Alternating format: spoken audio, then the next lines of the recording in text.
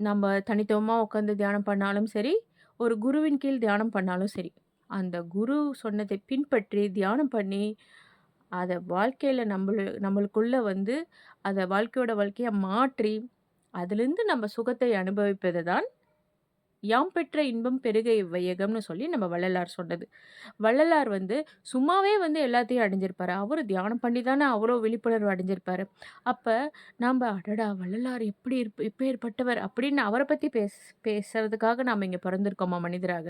இல்ல, நாம நமக்குள்ள மாறிக்கொள்வதற்காக, நமக்குள்ள மாற்றம் கண்டு நம்மை நோக்கி பல உயிர்கள் உயர்ந்து வருவதை பார்க்கறதுக்காக நாம வந்து பிறந்திருக்கிறோமா? இத தான் எங்க குருஜி எங்களுக்குள்ள மனசாட்சியா இருந்து ஒவ்வொரு நாளும் கேட்பாரு. நீங்க யாரையும் பார்த்து ஆச்சரியப்படாதீங்க.